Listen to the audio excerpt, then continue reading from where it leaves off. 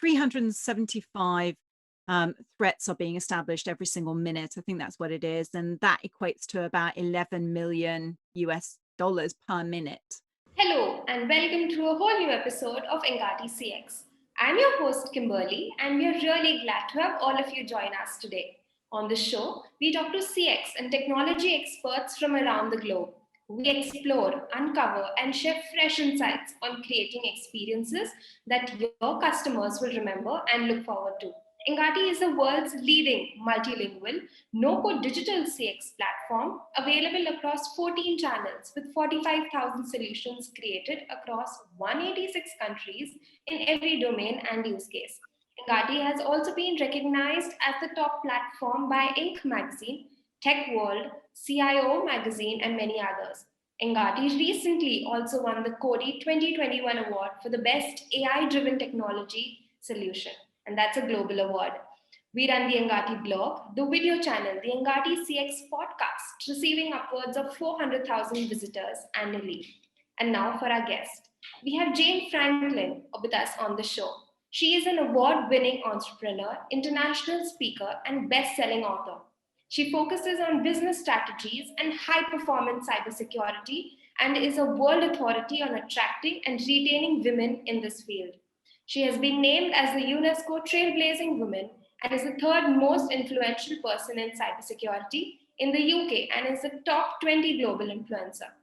Jane has over 23 years of experience in cybersecurity and built and sold her own global hacking firm and served in executive positions at leading cybersecurity consultancies. Well, Jane, that was an amazing introduction about you. Welcome to the show. We're so glad to have you join us today. Thanks so much, Kimberly. I'm really happy to be here. Before we dive into our amazing interview with Jane, don't forget to subscribe to Engati and tap the bell icon to get access to exclusive content coming from thought leaders from around the globe. Well, Jane, AI is still at a very young age. Yet profoundly, it's changing many businesses as they continue operating with digital coming into the mix. Where do you see future of AI, and how crucial is cybersecurity in this process? AI is definitely going to become smarter and smarter, and it's going to be baked into more technology, which is rapidly replacing humans absolutely everywhere. We're seeing it in our courtrooms as judges and jurors. We're seeing it in hospitals, surgeons, in our transport systems as operators, and also in our supermarkets as checkout staff, and even in our factories. It's literally everywhere. And it's all in an effort to kind of increase production and speed and scale and profits. So, if we look at the Industrial Revolution, if we look back to the Industrial Revolution, rather, we can see that certainly technology and machines were freeing people from animal power and making mass production possible. But now that we are on the cusp of the fourth industrial revolution, and particularly with the situation that we're in right now with the pandemic, really tech and specifically AI is evolving. It's not evolving, it's actually being redefined. So no longer are we seeing it being just a case of, or certainly when it comes to technology, it being just a case of devices and software. We're actually seeing it kind of expand to include a whole range of new tech like cloud and containerization and the Internet of Things and the blockchain. And certainly working in unison and constantly communicating with one another, all of this technology, including AI, is really, we're seeing it actually follow through on the actions that it decides to take. So it is getting smarter. It's not just out there collecting and analyzing, it's actually becoming intelligent. And it is, like I said, taking actions. And we're going to see more of this as technology evolves. Now, for me, this is really exciting. It's both exciting and it's also terrifying, particularly when we think about security, because although it is increasing extraordinary results, huge change, huge expansion, we're actually now seeing technology in our network and it's now joined people as one of only two threat actors. Mhm. So, it's like I said, there's huge prosperity that can come from technology. There really is, but there's also huge huge dangers that come with it. So I think if we look at the pandemic, we're seeing more flexibility, we're seeing more remote ways of working, and as a result the perimeter has literally dissolved, and it's becoming really difficult to actually establish who is who, and who you can trust. So identity and trust and protecting identity is now really the foundation of all security. That's what really matters. I mean, we've heard a lot about fake identities, fake news, and things like that, but really, this is the time that we are in now, and ascertaining who is who and what is hugely important. I mean, security is the most important thing. Talking about how technology is kind of, in the pace and everyone's just adapting to that. Personalization is the new customer experience. So how is technology kind of playing a role here, and how crucial is cybersecurity as a parameter in this whole process? Security has to be baked into every single thing that you are doing. Security is very, very normal, but with the amount of threats and the amount of attacks that are coming our way, I mean, I can't remember what the latest stats are, but they're going up. It's something like 11. I think it's a 375 threats are being established every single minute. I think that's what it is, and that equates to about 11 million US dollars per minute.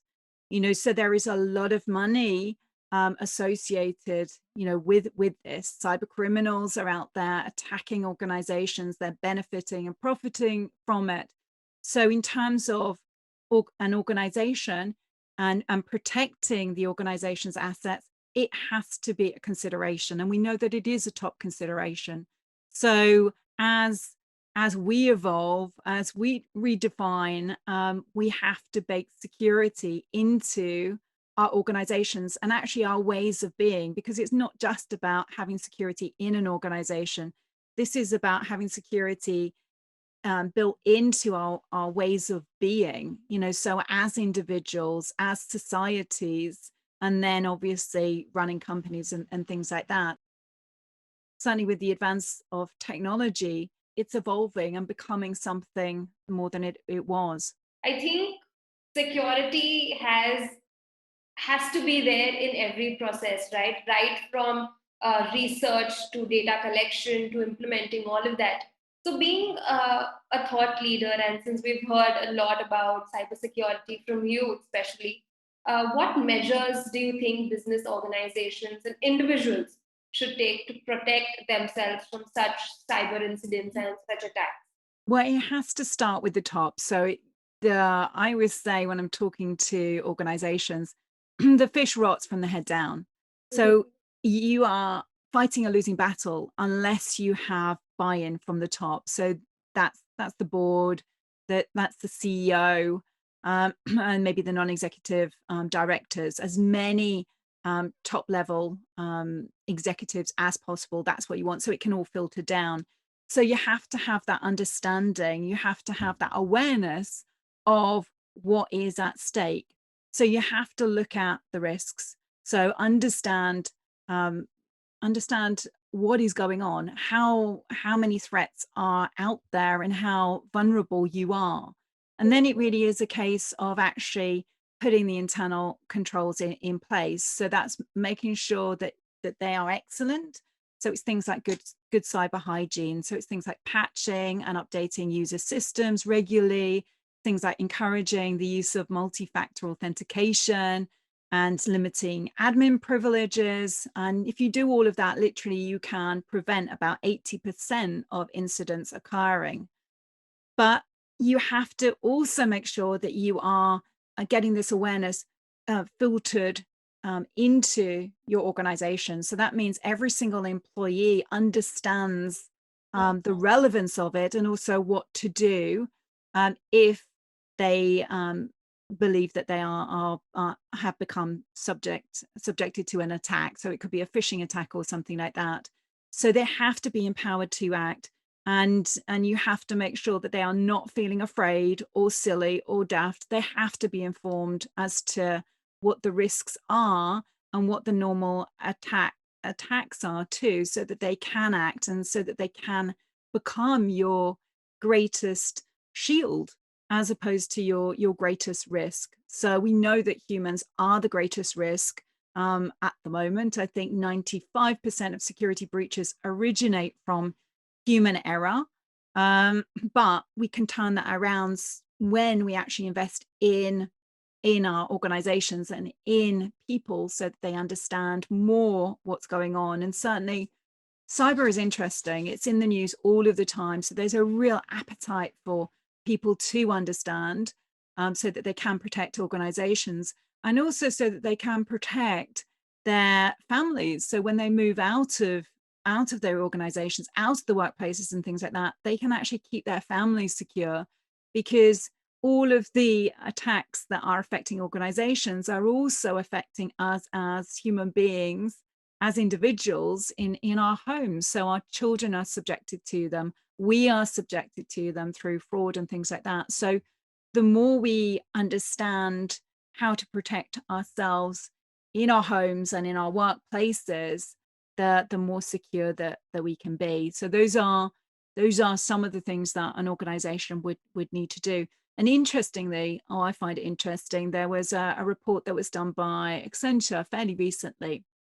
And what they found when they looked at training organizations, so employees in organizations, they found that when employees were up to speed, with all of this, and trained specifically in cybersecurity, they found that 52% of their security breaches, they found 52% of their breaches rather in under 24 hours, compared with other companies that actually only found a third of them in the same time frame. So there is benefit to training your employees, because when you train them, they can spot the incidents faster, which means that you can deal with them, which means that you can lower any regulatory fines, which means that you can lower the that if it's theft, you can reduce the amount of theft, and you can protect your organization at faster and to a higher level. You've definitely made a mention of a very important thing that most of organizations kind of tend to forget is educating your employees to understand when they've been already attacked, and some of them don't even realize that. But I think this is something that all of us should keep in mind and be aware that there is something like this that's going on, and you need to take actions as soon as possible. Yeah, absolutely. You've got to have your messaging right. So you really need to be prepared, because in the past, we always talked about, it was always a case of when it happens, so it wasn't a case of if it's going to happen. It was always a case of like, well, when it happens. So you had to be prepared for that. Whereas now really it is a case of when you discover it has happened, so it's not a case of, right, fine, you're attacked, today. It's actually that you might have been attacked last week, Right. or a month, or a month earlier, but you didn't know. So you need to be well trained in terms of how you deal with that. How do you respond when that comes to light? Have you got a PR team in place? What is the messaging? And how slick, I would say, how slick are you at that whole process? Because what I find is so many organizations haven't got good practices in place. They haven't got the messages defined, and therefore they're not doing as good a job as they could do. So they have to be prepared for all of those elements. Right. You definitely said it best. Well, you'll agree with me when I say cybersecurity appears to be a male dominant space. Uh, what do you think about all of this, and how can we, the new generation, kind of build an inclusive future of work in this field? cyber is far less inclusive than other technical domains. Right now, there is some disparity between the numbers. So some people will say that there is, I think it's it's either between 15% to 24%. In the UK, it's a lot lower than that, but the reporting has changed. So for me, I almost like take what's what with a pinch of salt. All we do know is that there are lower numbers of women in cyber, and definitely compared to technology. So really the first stage is, if a company has got the appetite to do something about that, which hopefully they will have, because women are good for business. Women add more money to a company's bottom line. I think that it's an increase of something like 35% when you get more women involved. It's also more fun. So I always say women are good for business, but really it is about protecting the planet so we become safer, happier, and more prosperous, because we want the benefit to our bottom lines as business owners.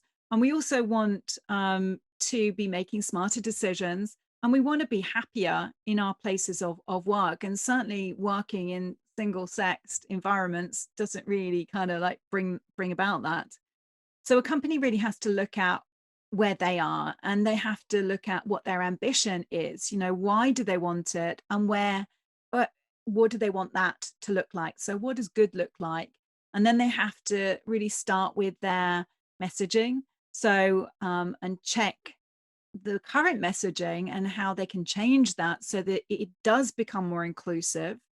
And then they have to look at the recruitment processes and what's going on there, because typically what I find is that a lot of companies are talking the talk, but they're not walking the talk. So they're not really that interested in actually getting it right. And that could be because they don't understand the benefits, or they feel the pressure to actually operate with speed.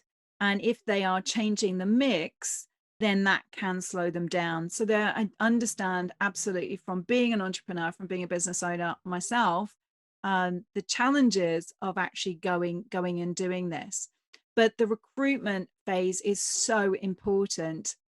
And the interesting thing, I think, with the recruitment phase is that we can use technology to really help us actually attract and hire a more balanced and more diverse group of people. So not just in terms of women, but in terms of all diversity. So age, gender, ethnicity, religion, and so on. So when we get those processes and practices right, particularly in the hiring stage, then we can set women up for success when they come into our organizations, and we can develop them and invest in them. And what's good for women is good for men. So a lot of these practices aren't just great for women, they're good for all people. So we can get good practices, good leadership going on in our organizations. And that way we retain more people, including women. And the other thing that we've got to do is really look at our boomerang hires, because the world that we're living in now, we're seeing far more people move jobs or work in kind of a project role basis. So the way that we work is changing. So in the past, it was very much a case of employees would stay in an organization, some of them for life, whereas now we're seeing more and more move, after a year or 2 years, or maybe 3 or 4, but they're not staying as long as they used to. But even so, what we can do is actually operate with boomerang hires. So when someone does leave for all sorts of reasons, if we keep in contact with them, then there's an opportunity for them to come back when they've gained more experience, or that they can refer good people to the organization. So it really is about looking at all of those types of things. And I think it all starts with just giving the opportunity in the first place. Like you said, recruitment is something that is where we have to get started with. And you've definitely given us this power pack guide of how can we get secure, how can we start implementing this, all of this in our organizations. And thank you for this amazing insights that you've shared. Are there any other thoughts you'd like to leave our audience with, something that we've kind of missed out, or maybe a summary, or maybe you could share like one of your golden rules or something that's up? All I want to encourage your listeners actually to do is to ask a question. If they've got a question in regards to cybersecurity, it's just like, don't ever be afraid not to ask it. You know, there's no such thing as a stupid question. Obviously, we've got the likes of Google, so you can always go out and you can Google something if you're not sure on something. But if not, come forward and ask the question. So the worst thing that I see are people who remain quiet or don't, who just remain quiet because they're too afraid to actually ask the question. So go and have a look on YouTube or Google. There's so much information there for you. Or otherwise approach someone in your organization, if we're talking about the workplace, who is dealing with this and showing interest. And that way you are going to be learning more about it, and you are going to be so much more valuable. You're going to become a better shield for the organization as opposed to a threat. Thank you so much, Jane, for sharing all these insights. You've definitely put in a new perspective to how we look at our organizations, in terms from setting a proper security to kind of educating women, educating our employees as to knowing when they would be attacked, and to kind of just providing the opportunity to kind of boost cybersecurity and kind of help it diversify. Thank you so much, Jane, for giving us your time. Your insights were really valuable, and I know our audience is going to make sure we kind of use all of these into our organizations and implement them to the fullest. Thank you so much. It's my pleasure. Thank you, Kimberly. We'll be back again with a new episode and a brand new expert soon. So stay tuned, and we'll see you around for the next one.